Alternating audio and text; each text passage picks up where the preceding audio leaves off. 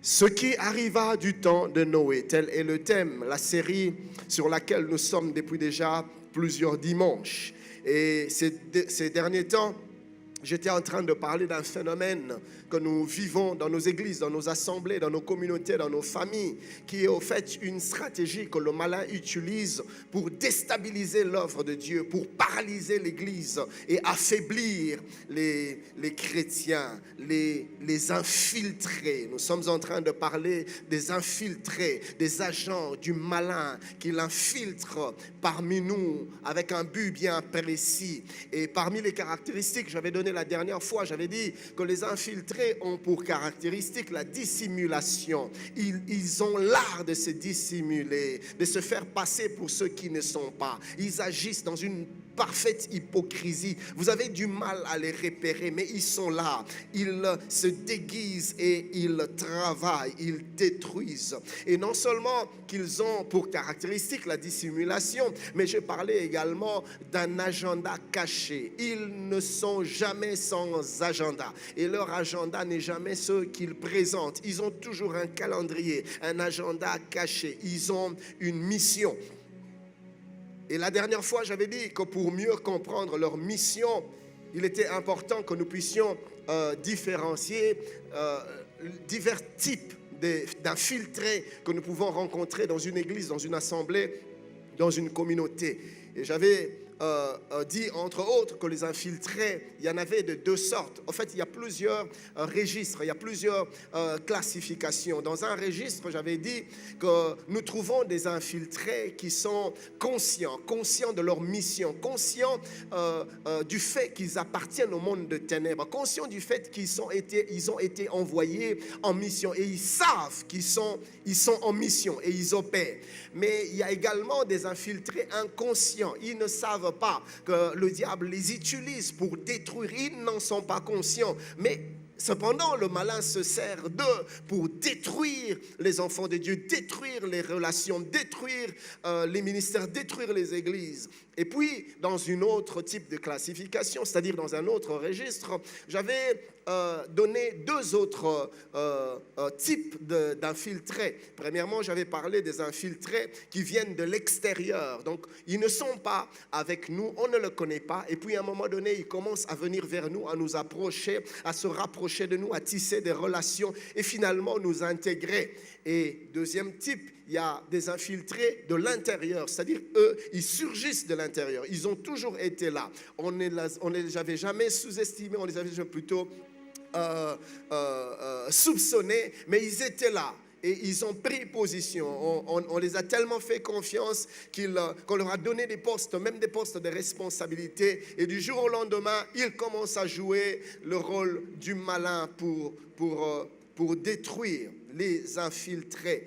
Et dans un autre registre encore, dans une autre classification, j'avais parlé de deux autres types d'infiltrés. Des infiltrés dans la masse et des infiltrés dans le sacerdoce. Les infiltrés dans la masse sont là parmi nous. Ils sont dans nos départements, ils sont dans nos commissions, ils sont parmi les ouvriers, ils sont parmi les équipiers, ils sont là, ils se fondent dans la masse. Alors leur particularité, c'est que eux, ils travaillent d'homme à homme, de femme à femme, de corps à corps, et ils détruisent. Et j'avais dit que dans leur stratégie, il y a deux choses qu'ils utilisent particulièrement.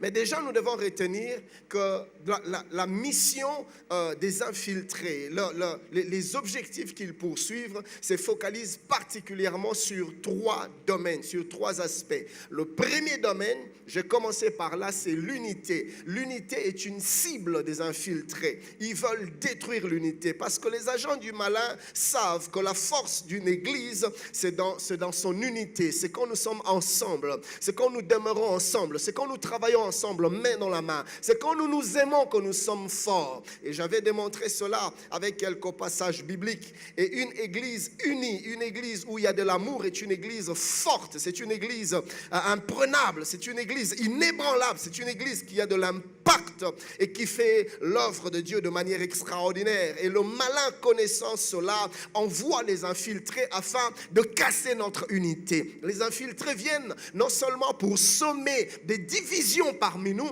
mais ils viennent pour entretenir des divisions, entretenir des inimitiés, briser, éloigner les gens, nous éloigner les uns les autres. Et j'avais dit qu'il y a deux choses, il y a deux éléments, il y a deux outils que les infiltrés utilisent parmi nous. Premièrement, c'était la calomnie. Ils distillent des calomnies. Par calomnie, on a parlé des mensonges, des fausses accusations, mais dans les buts de détruire, dans les buts de salir des réputations, dans les buts de séparer les relations, dans les buts de ternir, de casser, de briser les inimitiés. Et ils sont là, ils opèrent. Et la deuxième chose, je parlais des médisances. Des médisances, c'est que tu prends des vérités que tu connais, en tout cas que tu crois connaître, mais qui sont négatives. Et tu te mets à les colporter, à les diffuser dans le but de nuire à un frère, de nuire à une sœur. Et finalement, les gens qui entendent ces mauvais propos, ces mauvais témoignages, commencent à s'éloigner du frère, commencent à s'éloigner de la sœur. Et c'est ainsi que nos églises ont été fragilisées. Chers bien-aimés, plusieurs églises aujourd'hui n'existent plus, plusieurs ministères n'existent plus. Plusieurs familles sont brisées aujourd'hui. Pourquoi? Parce qu'à un moment donné, les infiltrés sont venus et ils ont fait cette opération de division, de séparation, de déstabilisation. Frères, nous devons être sur nos gardes car ici, les infiltrés sont là.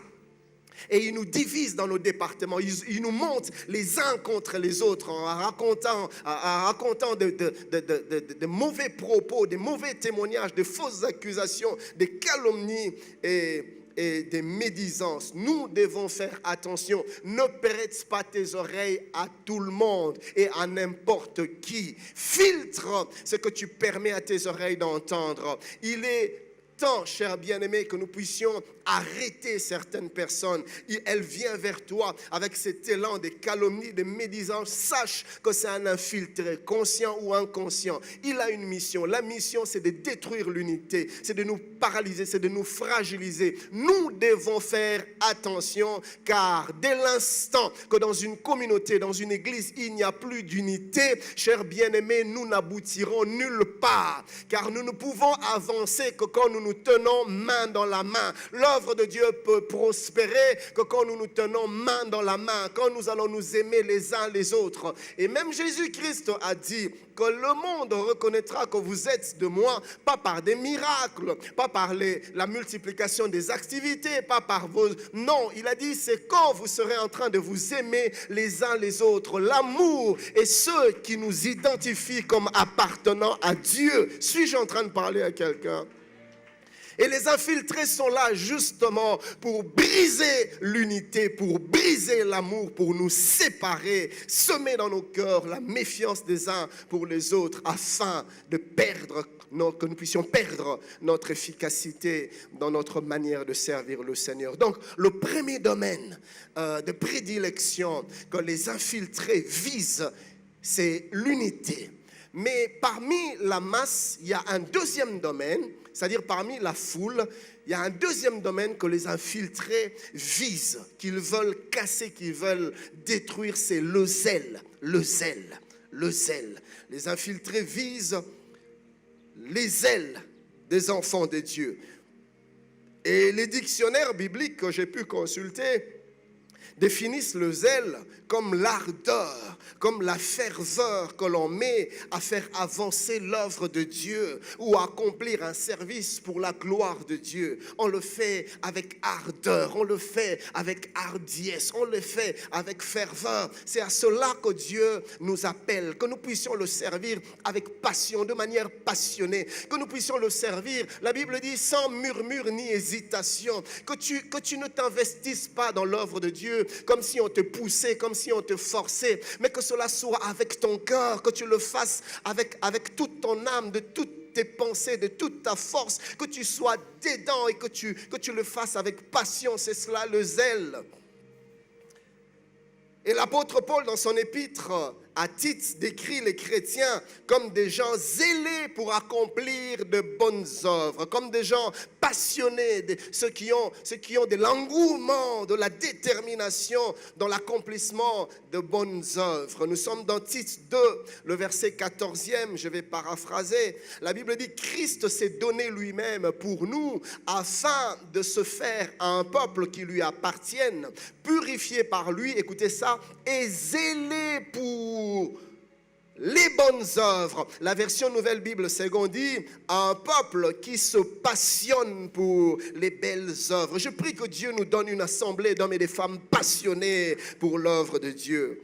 La version Parole de vie dit: un peuple toujours prêt à faire le bien, toujours prêt à servir, toujours prêt à donner. La version Semeur nous parle d'un peuple qui met toute son ardeur à accomplir de bonnes œuvres.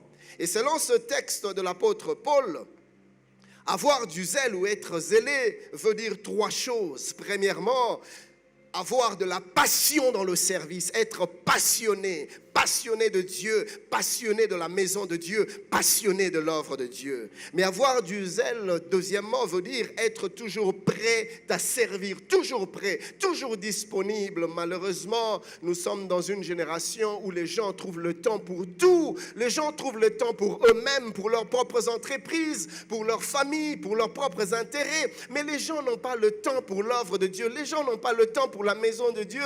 Bien-aimé, tu vas voir un enfant de Dieu, un chrétien qui est à l'église, ça va faire des années, mais il ne fait jamais rien pour la maison de Dieu. Il ne fait jamais rien dans la maison de Dieu. Il ne fait jamais rien dans l'œuvre de Dieu. Il ne contribue pas, il ne participe pas, mais il est régulier, c'est un enfant de la maison, c'est un fils, c'est une fille de la maison, mais il ne met jamais sa main dans l'œuvre de Dieu. Je me rappelle de ce que la Bible déclare ce jour-là. Joseph et Marie, pendant plusieurs jours, se mettent à chercher Christ. Et finalement, ils le trouvent. Et ils lui demandent: mais nous te cherchions pendant plusieurs temps.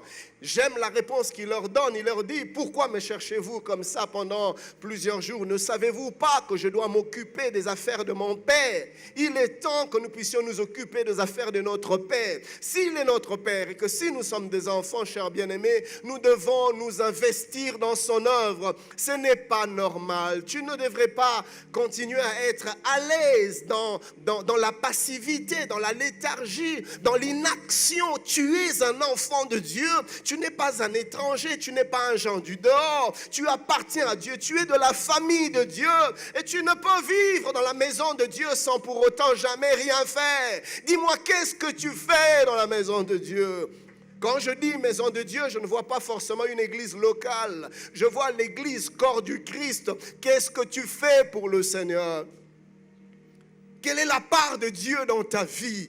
Ta vie contribue dans l'avancement de l'œuvre de Dieu. En quoi? Dans quoi? Comment? Qu'est-ce que tu fais? Qu'est-ce que tu peux mentionner aujourd'hui dans ton esprit qui te rappelle ta part ou qui mentionne ta part dans l'œuvre de Dieu? Réfléchis 2 secondes, mon ami. Qu'est-ce que tu fais? Qu'est-ce que tu fais? Qu'est-ce que tu fais? Est-ce que tu es le genre de ces enfants qui ne réclament que ses droits, qui exigent aux parents et qui se rebellent même, qui se révoltent même s'il le faut, s'ils ne se retrouvent pas, mais qui ne fait jamais rien pour la maison, qui ne participe en rien du tout, il ne s'implique dans... Es-tu ce genre de fils, ce genre de fille? Le zèle, c'est être prêt à servir. Et troisièmement, le zèle, d'après ce texte de Paul que nous venons de lire, c'est mettre toute son ardeur dans le service. Pas seulement être disponible à servir Dieu, mais le faire avec ardeur, avec hardiesse, avec engouement. Oh, que tu sois dedans. La Bible dit: faites toutes choses sans murmure ni hésitation. Malheureusement, nous trouvons des enfants de Dieu dans l'église, dans la maison de Dieu, mais que l'on doit pousser constamment, que l'on doit constamment motiver. On doit constamment être derrière eux pour qu'ils sortent quelque chose, pour qu'ils fassent quelque chose. Bien-aimés, il ne devait pas en être ainsi. Je prie que le zèle de la maison de Dieu puisse nous motiver, puisse nous enflammer à être spontanés dans le service auquel le Seigneur nous appelle. Suis-je en train de parler à quelqu'un ce matin? Et bien aimé dans le Seigneur, le plus grand et le plus bel exemple du zèle dans les Écritures nous est donné par Christ lui-même. Nous sommes dans l'Évangile selon Jean, le chapitre 2e. Si vous lisez du 13e au 17e verset, Jean 2, 13 à 17, écoutez ce que la Bible dit. La Pâque des Juifs était proche et Jésus monta à Jérusalem. Il trouva dans le temple les vendeurs de bœufs, de brebis et des pigeons et les changeurs assis dans le temple, chers bien-aimés. Ayant fait un fouet avec des cordes, il les chassa tous du temple, ainsi que les brebis et les bœufs. Il dispersa la monnaie des changeurs et renversa les tables. Vous voyez, il ne pouvait pas supporter cela. Il ne pouvait pas permettre cela. Il dit non, je suis dans la maison de Dieu et en ces lieux, c'est Dieu qui devait être célébré. En ces lieux, on devait s'occuper des affaires de Dieu. C'est le business de Dieu ici, c'est l'entreprise de Dieu. On devait tous investir dans l'œuvre de Dieu. Malheureusement, au lieu de trouver des hommes et des femmes zélés, motivés, passionnés, déterminés à servir le Seigneur, ils trouvent des gens qui sont dans la maison de Dieu, mais en train de faire leur propre business. J'ai aimé cette éducation que nous avons reçue du feu pasteur Jacques-André Vernon, qui ne permettait pas que des frères et sœurs transforment l'église en un lieu de business, en un lieu de commerce. C'est pour ça, chers bien-aimés, que vous avez remarqué qu'à chaque fois que vous venez nous voir avec des projets que vous voulez faire à l'église, du commerce, nous avons toujours été contre. Pourquoi? Parce que la maison de Dieu ne sera pas un lieu de transactions financières. On ne vient pas ici pour trouver des marchés, on ne vient pas ici pour vendre, on ne vient pas ici pour faire du business, non. On vient ici pour faire les affaires de Dieu. Suis-je en train de parler à quelqu'un? Malheureusement, il y a toujours des frères et sœurs. Après les cultes, tu les vois avec sa marchandise. Pasteur, mon athée, responsable, mon athée. Jésus a dispersé les vendeurs. Et il a fait avec hardiesse, avec une sainte colère.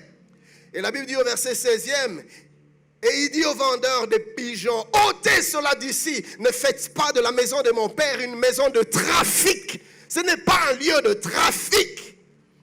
Devant un tel spectacle, Jésus n'a pas pu se contenir. Il fallait qu'il explose. C'était trop fort. Et avec un fouet, il s'est mis à mettre tout le monde dehors et à tout disperser. Vous voyez, frère, le zèle te rend incapable de supporter la complaisance et la légèreté dans la maison de Dieu. Non, il y a quelque chose qui va bouillonner dans ton cœur, qui va te faire agir. Tu ne supporteras pas que dans l'église du Seigneur, qu'on vive dans la léthargie, dans la complaisance, dans la légèreté.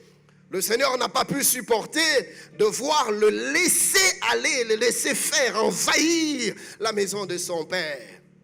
Le véritable zèle, chers amis, se fait reconnaître par le refus de l'inaction et de la passivité. Je répète, là où il y a du zèle, une vie où il y a le zèle, comment est-ce qu'on le reconnaît? La personne sera dans le refus, il va refuser l'inaction et la passivité. Il va refuser d'être complice au milieu de la complaisance, au milieu de la légèreté. Il faut qu'il agisse, il faut qu'il réagisse. Et voilà pourquoi, à chaque fois que l'on perd le zèle, on perd l'empressement, on perd l'ardeur, on perd la passion, la ferveur pour Dieu et pour son œuvre. On tombe, frère, de manière quasi inévitable dans la complaisance, dans la permissivité, dans la compromission. Parce que le zèle te met mal à l'aise là où il y a la complaisance. Si tu commences à te sentir à l'aise dans la complaisance, dans la permissivité, c'est-à-dire tu commences à te permettre certaines choses ou même à permettre aux autres certaines choses dans la maison de Dieu, c'est que quelque part, l'engouement, cette chaleur, cette flamme a déjà quitté ton corps. Jésus n'a pas pu supporter. Quand il a vu, j'imagine, il s'est mis à chercher. Il a pris une corde, il a fait un fouet et il s'est mis à nettoyer, à purifier l'œuvre de Dieu. C'est l'œuvre que le zèle accomplit dans la vie de celui qui le possède. Christ était tellement rempli de zèle pour son Père et pour l'œuvre de son Père qu'il ne pouvait pas permettre une telle confusion dans la maison de son Père. Et ce qui se passe, c'est que pendant qu'il est en train de chasser les vendeurs et de disperser leurs marchandises, au verset 17e, la Bible dit, ses disciples se souvinrent qu'il est écrit, le zèle de ta maison me dévore. Oui, la version Alfred Cohen dit, l'amour que j'ai pour ta maison, ô Dieu, est en moi un feu qui me consume. Ils s'en ont souvenu. Ça bouillonne dans le cœur de Christ, ça le consume de l'intérieur et ça le met mal à l'aise. Il faut qu'il agisse, il faut qu'il réagisse. Bien-aimé dans le Seigneur, le zèle est comme un feu qui te pousse à l'action. Là où il y a le zèle, il y a de l'action. Là où il y a le zèle, il y a du mouvement. Là où il y a le zèle, il y a de l'amour. Là où il y a le zèle, il y a de la passion, il y a de l'activité, il y a de l'empressement. Les choses bougent et l'œuvre de Dieu avance. Et le diable, connaissant cela, le diable sachant que le zèle est justement ce feu qui consume les enfants de Dieu, qui les pousse à l'action, avec leur cœur, travaille de manière à refroidir, à tuer le zèle. Et c'est pour cela qu'il envoie des infiltrés avec pour mission de briser, de paralyser, d'éteindre le zèle de nos cœurs, avec pour mission de démobiliser les troupes, un peu comme dans une armée. Il vient pour démobiliser les troupes, nous démobiliser, nous démotiver, nous décourager à servir le Seigneur. Car quand on perd le zèle, on perd le dynamisme, on perd la flamme, on est démobilisé. Le manque de zèle te transforme en un spectateur dans la maison de Dieu. Tu contemples, tu observes, tu acclames, mais tu ne fais jamais rien. Je vous ai raconté ici cette anecdote qui s'est passée dans un village. Un couple, à chaque fois qu'il y avait deuil chez le voisin, la nuit, il venait avec sa lampe. Vous connaissez les lampes Coleman? Je ne sais pas si c'est vraiment comme ça qu'on l'appelle. Oui, des lampes que on pompe et puis ça donne de la lumière. Et il venait avec cette lampe-là, il mettait au milieu de gens pour éclairer ceux qui assistaient au deuil la nuit et eux, ils rentraient chez eux calmement. Et tout le monde savait que quand il y a deuil, ne vous inquiétez pas, ils vont amener la lumière. Mais seulement ils amenaient la lampe qu'ils déposaient, eux-mêmes ne restaient jamais et ils partaient. Bien-aimés, et un jour, un cas de deuil les a frappés. Vous savez ce qui s'est passé? Ils se sont retrouvés avec beaucoup de lampes, plusieurs lampes. Pourquoi? Parce que chacun venait avec sa lampe, il déposait, il partait. Tout le monde venait, il déposait. Et finalement, ils ont pleuré, ils ont fait leur deuil avec beaucoup de lumière, mais sans être assistés par personne. Pourquoi? Parce que ce que tu sèmes, c'est ce que tu vas récolter.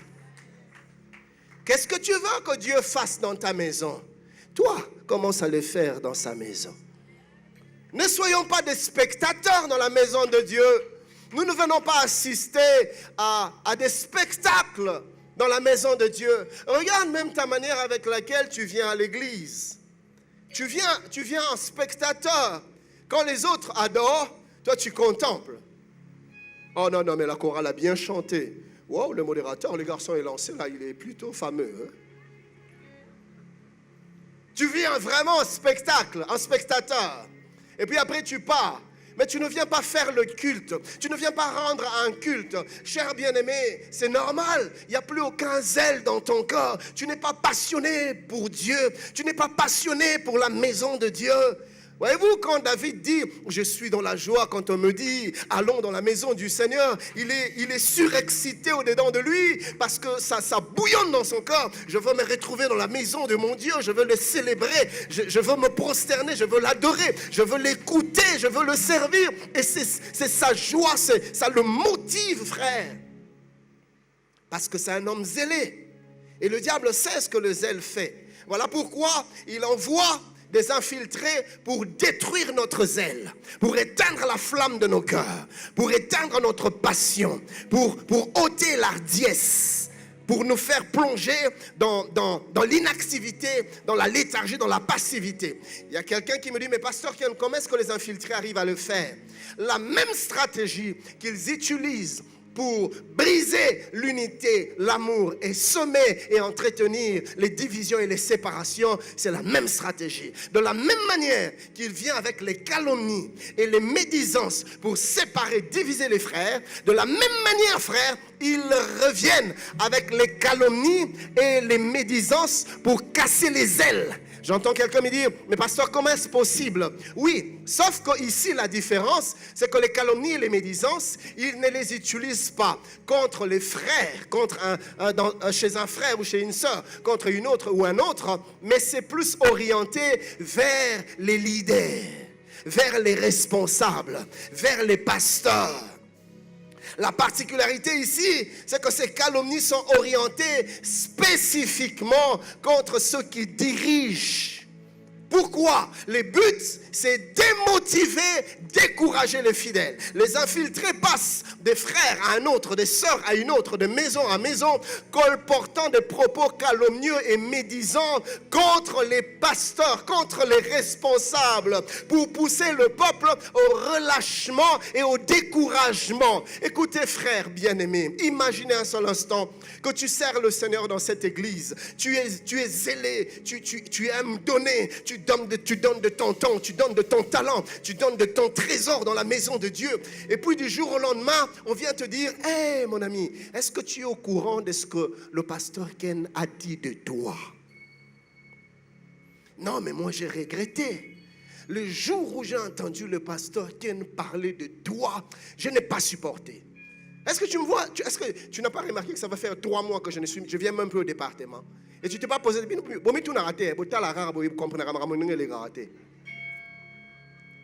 Moi, j'ai arrêté de servir. Parce que je me dis, si le pasteur Ken dit ça de toi, c'est qu'il va le dire aussi de moi. Alors, je préfère me retirer.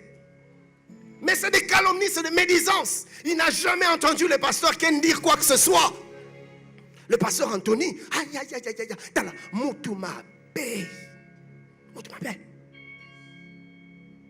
Et un jour, tu viens dimanche, et c'est le pasteur Anthony qui motive les gens, qui fait l'appel à l'offrande des bâtisseurs. Aux hommes dans l'enveloppe. Maman, personne n'a sac dans enveloppe. C'est ça le but du diable. Briser notre zèle, nous démotiver, nous décourager en parlant en mal de ce que Dieu a placé au devant de nous. Il critique, et des critiques négatives. Et c'est ainsi que plusieurs bien-aimés ont été déstabilisés. Plusieurs bien-aimés se sont refroidis par rapport à l'œuvre de Dieu. Et comme conséquence, nous avons des ouvriers qui perdent leur attachement et se relâchent du jour au lendemain. Tu ne comprends pas, tu vois une démobilisation des troupes. Tu te poses des questions, mais qu'est-ce qui se passe, Seigneur? Qu'est-ce qui se passe, mon Dieu? Jésus, est-ce que je ne paye plus le prix? Papa, est-ce que je ne te cherche plus? Mais qu'est-ce qui se passe? Pourquoi l'église s'est vide? Père bien-aimé, pourquoi les ouvriers partent? Seigneur, pourquoi? Qu'est-ce qui se passe? Les infiltrés, ils sont là, dans la masse, dans l'assemblée, en train de vous détruire à votre insu, en parlant en mal du leadership, en mal des pasteurs, en mal des femmes de pasteurs. Pasteur Azalarané bien, mais moi, si naïe, pardon. Ah, yo sur mon naïe, au vivaye, à vivaye, mais moutou, confiance, hein. Vous voyez, souvent c'est comme ça que ça se passe. Des choses que tu n'as jamais vues toi-même. Simplement parce qu'on est venu dire, hey, moi aussi, pasteur me dit, maloba mabe, munoko songe. Yepena lule mu zilet. Tu n'as jamais vécu ça toi-même. Et c'est fini. Maman fait de ça. Alors, pour son arabe, déjà, au pembénisé. Au caractérisé, c'est-à-dire au bétier cara. Et la pauvre ne comprend rien. Tout simplement parce qu'on est venu te dire des choses pour lesquelles tu n'as aucune preuve. preuve tu n'as jamais vécu ça toi-même. Mais directement, tu prends des dispositions, des attitudes et tu laisses tomber. Écoutez frères, je vais nous dire une chose. Je vais parler de moi et je vais imaginer tous les serviteurs, les pasteurs, tous les responsables. Qui est celui que je suis venu chercher chez lui à la maison pour lui demander de servir Dieu dans la maison de Dieu? Qui? Mais comment tu te retrouvais là? C'est parce que tu as voulu servir, pas moi, pas les responsables, mais tu as voulu servir Dieu. Alors si tu es venu dans l'intention de servir Dieu, alors sers Dieu. Tu ne sers pas un homme. Ce n'est pas un homme qui t'a appelé. Frère, moi j'ai pris la décision de ne plus jamais me laisser décourager à cause des attitudes d'un homme, aussi serviteur puisse-t-il être. C'est lui, mon modèle parfait, c'est Christ. Ma référence, c'est Christ. Mon exemple, c'est Christ. Alléluia. Arrête de regarder aux hommes. Les hommes vont te décevoir. La Bible dit, maudit soit quiconque se confie dans l'ordre. Nous là, maman, on est faillible. Nos épouses, elles sont faillibles. Les responsables des départements, les bergers des cellules, les responsables des commissions, les pasteurs, nous sommes faillibles. Nous ne sommes que des êtres humains. Ça peut arriver, une parole de trop, une parole de moins, une indifférence, une mauvaise attitude, une mauvaise réaction. Ça peut arriver. Nous sommes des humains. Vous voyez? Il est bon que tu sois conscient de cela. Ça va te stabiliser. Tu vas arrêter d'être instable. Il y a des ouvriers qui sont dans les humeurs. Au fait, leur zèle est déterminé par le bonjour du responsable. Si la semaine passée, le responsable lui avait dit bonjour. Ah, bonjour, bonjour ma frère, ma soeur, mon frère, bonjour. Comment ça va? En tout cas, c'est maintenant, on a mon sel ensemble. Mais le jour où peut-être qu'on a cambi, il pense au minerval de ses enfants, il ne sait pas comment payer. Et pendant que toi tu arrives, c'est en ce moment-là qu'à mon bulletin, ou je ne sais pas moi, communiquer à l'école. À tout temps, un SMS, monsieur, demain matin, ce n'est pas important de venir avec vos enfants parce qu'on va les chasser. Gardez-les à la maison jusqu'à l'épuration de votre dette de paiement depuis qu'il était en 3e primaire. Mon camion, SMS. Na minute où est-ce qu'il y a bimelier? Ah, personne ne peut entendre. Ah, berger, bonjour. Azakunate, ce n'est pas toi le problème. Message à Outiozoa. Vous voyez? Alors maintenant, toi, quand tu vois ça, c'est fini. Bon, ceux qui osent la démotiver, mi démotiver les yomoko. Mais yo ceux qui ont naté, tant que les qui kaka. Déborah, osa va préparer maman yaka. Et monter ma passe maman yaka. Débi, sunganga y pardonne na kokate, na kokate. Chauffeur na binaza azong sanga nda pardon nini te azong sanga kaka te nini mama moni nazaki ja ko soupçonner banda kala na banda soupçonner ngo kazaka na problème na ngai nani yo kana na yebisa na yebisa yo na sina mona déjà 2-3 différences sur zo pesa nous mbote on sent vraiment que ça na kati ya mbote mais ngazo pesa mbote ça libanda ya mbote. Si tu veux te démotiver, démotive-toi toi-même. Pourquoi tu veux infecter les autres? Pourquoi tu veux entraîner les autres? Ils n'ont pas été là quand l'événement s'est produit. Alors, souffre toi-même. Non. Mais les infiltrés, ils cherchent toujours à entraîner les autres. Ils se sentent mal à l'aise. Et puis, ce qui se passe, ceux qui accueillent à Bimi département, 2 semaines plus tard, personne ne les suit. Ah, bien bozakaka. Bozakaka. T'as la maman veille de la binobo benda. Les infiltrés sont parmi nous et leur objectif c'est de nous démobiliser. Bien-aimés, ne nous laissons pas faire. Ils vont calomnier et médire les leaders, le leadership.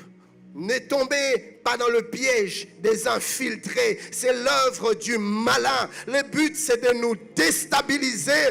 Le but, c'est de paralyser notre zèle.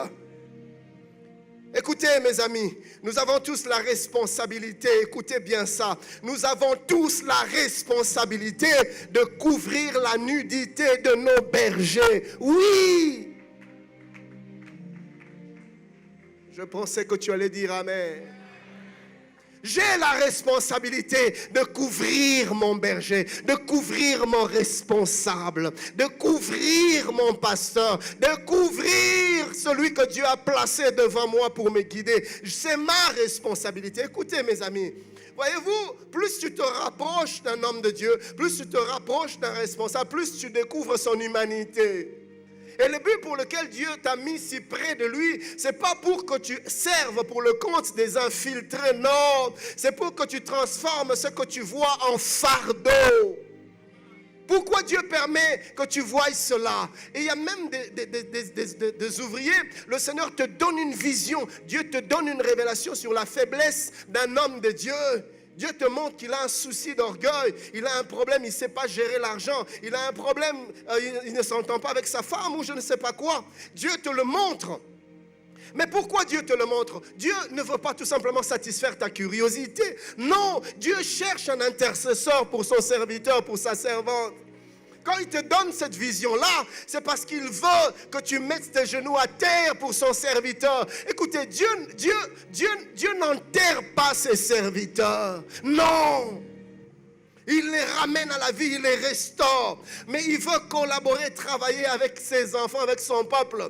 Voilà pourquoi il permet que tu remarques des choses, que tu entendes des choses, que tu voies des choses. Pourquoi? Parce qu'il veut que tu mettes tes genoux à terre et que tu portes celui qui l'a établi. Ce qui l'a établi. Est-ce que je suis en train de parler à quelqu'un? À chaque fois que tu vas remarquer une faille, un défaut, bien-aimé, au lieu d'aller en parler, au lieu de colporter, souviens-toi que c'est un appel à l'intercession. Tout ce que tu vois de négatif, frère, transforme-le en appel à la prière. Donne-moi un bon amen.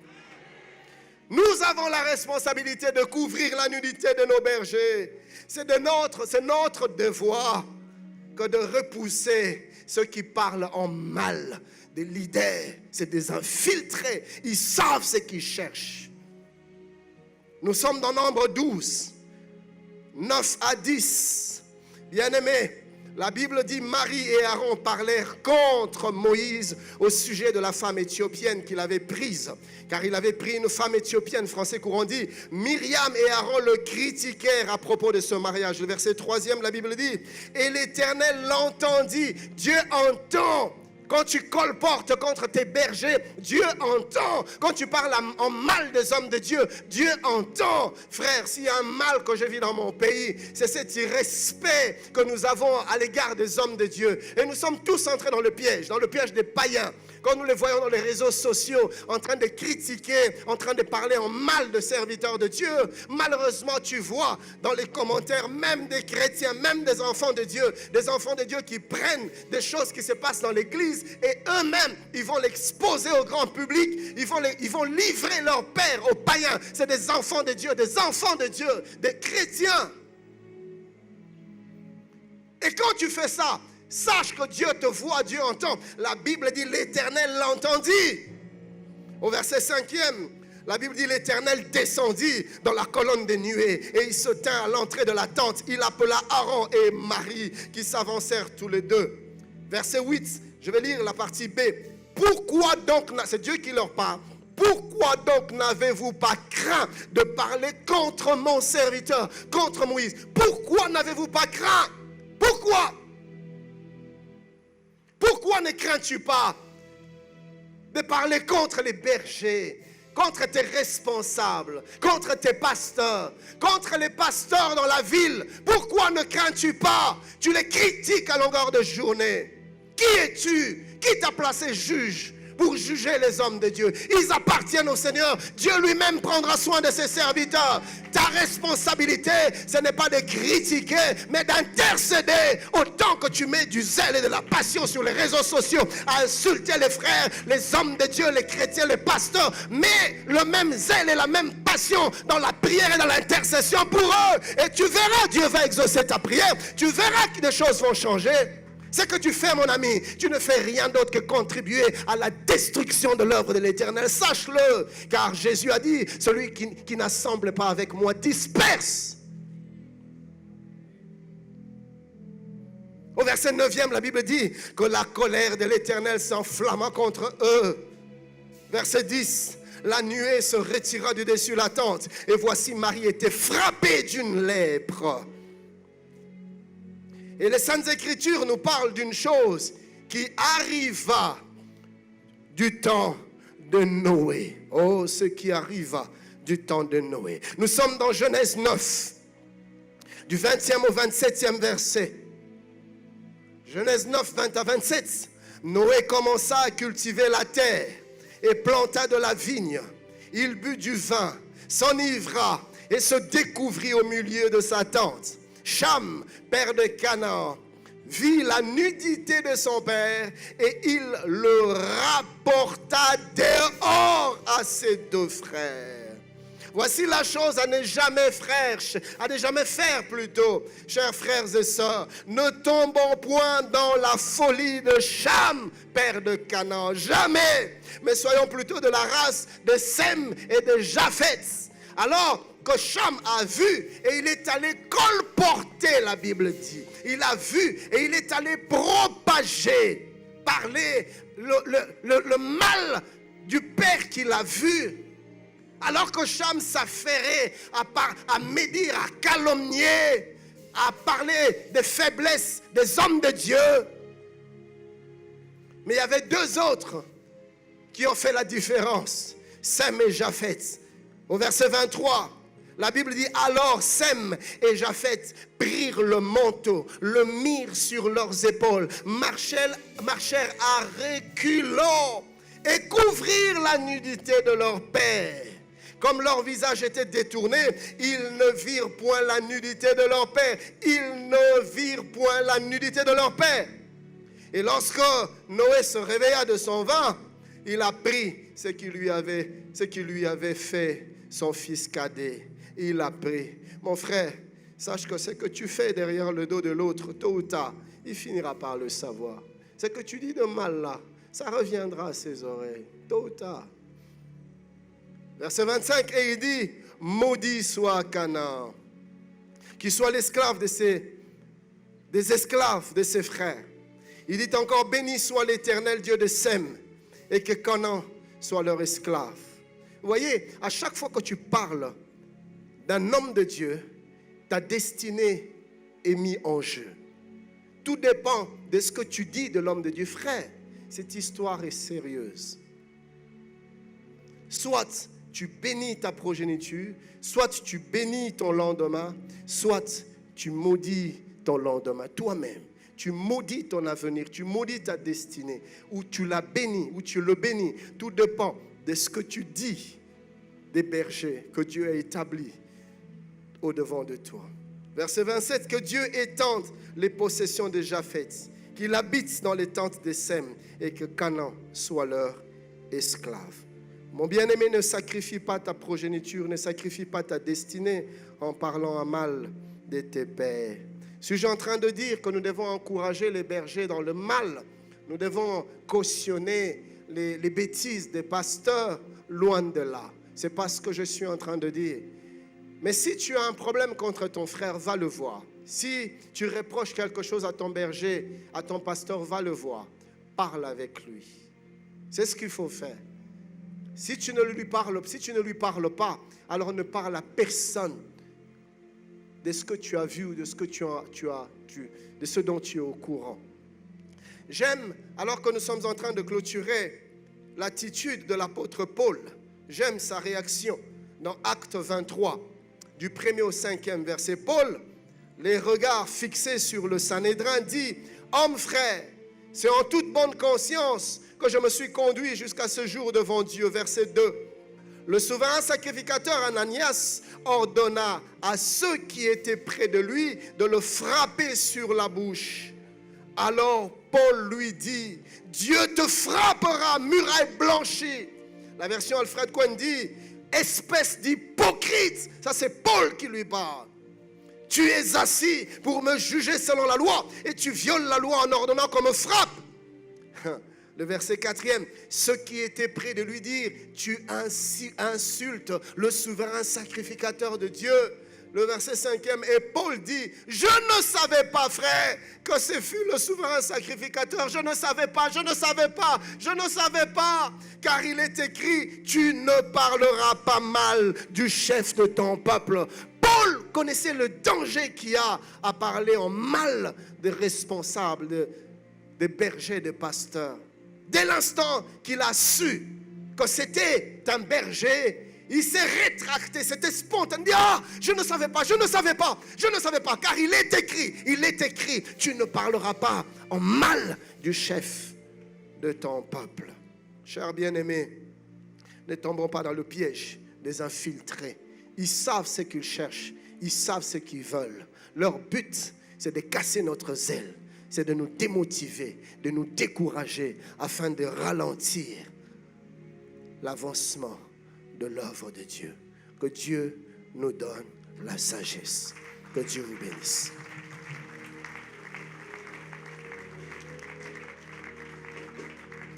Nous sommes debout dans les quelques 2 minutes qui nous restent. Nous sommes debout, s'il vous plaît, chers bien-aimés. Et j'aimerais que nous puissions faire une chose. Nous allons, ce matin, prendre le temps de prier pour les bergers. Notre pays, le Seigneur nous a donné énormément de pasteurs. Et parmi ces pasteurs-là, il y en a qui se méconduisent, qui nous ont scandalisés, qui ont été pour nous des occasions de chute. Malheureusement, au lieu d'intercéder pour eux, nous avons passé notre temps à les critiquer, à parler, à colporter sur eux. J'aimerais que nous puissions faire 2 choses. Premièrement, demande pardon au Seigneur. Fais comme Paul. Rétracte-toi, rebrousse chemin, demande pardon au Seigneur, car il est écrit, tu ne parleras pas mal du chef de ton peuple. Et pourtant, il avait mal agi. Mais Paul dit, non, même s'il a mal agi, ce n'est pas à moi de parler en mal de lui. Et pourtant, Noé a mal agi, mais ce n'était pas à son fils d'exposer sa nudité. Ils ont fait ce qu'ils ont fait. Mais ce n'était pas à nous de parler en mal d'eux. Nous allons prendre un temps où tu vas prier pour toi. Tu vas demander pardon au Seigneur.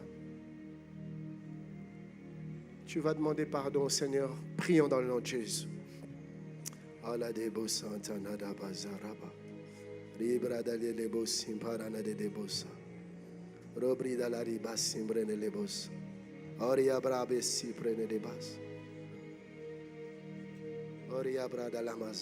Oui, bien-aimé, demande pardon au Seigneur. Tu ne comprends pas, il y a des portes dans ta vie qui se sont brusquement fermées. Il y a des choses qui marchaient, mais qui ne marchent plus. Subitement, tu t'es mis à avoir des problèmes de santé, mais tu ne sais pas ce qui se passe. Il y a des choses qui n'avancent plus. Tu te demandes, mais ça vient d'où?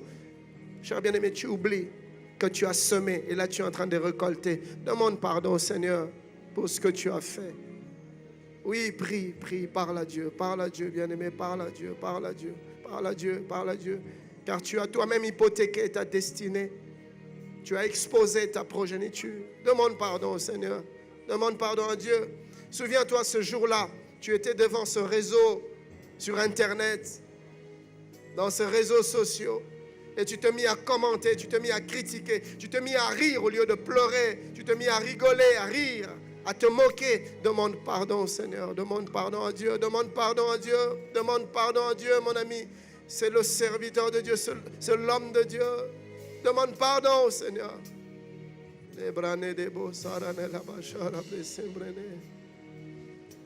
Et dans une deuxième direction, j'aimerais que nous puissions prier pour ces gens que nous connaissons qui ont été des scandales pour nous. Nous allons prier que le Seigneur le relève. La Bible dit 7 fois le juste tombe, 7 fois il se relève. Que Dieu lui-même relève ses serviteurs. Que Dieu lui-même le fortifie. Nous avons besoin de nos héros dans notre nation. Prions que le Seigneur le ramène à lui. Élève ta voix, prie en sa faveur. Prie pour cet homme. Tu pries pour lui, prie pour ce serviteur. Au même moment, tu pries aussi pour tes pasteurs. Prie pour les pasteurs. Prie pour les pasteurs de cette église. Prie pour les pasteurs que tu connais dans la ville. Bien-aimé, porte-les devant le Seigneur, s'il te plaît. Leur combat est grand. Ils mènent un combat spirituel terrible. Ils ont besoin de genoux. Ils ont besoin de voix qui crient en leur faveur au devant de Dieu. S'il te plaît, souviens-toi de prie, que Dieu se souvienne de l'élément, sans de bossa. Riama, l'erebo sante pra, l'erebo sabrama. Lebrene leba, sari abras, lebrene lekaya, rebrosaya, simbrene basaya. Lève ta main droite, mon ami. Ta main droite. Lève bien haut ta main droite. Dis avec moi, Père, garde-moi du travail des infiltrés. Je refuse les colportés contre mes bergers. Et je refuse de prêter mes oreilles à quiconque parlera en mal de mes bergers. Aide-moi, Seigneur, afin de le porter en prière. Je ne laisserai pas mon zèle être brisé par les calomnies et la médisance contre les bergers. Au nom de Jésus-Christ.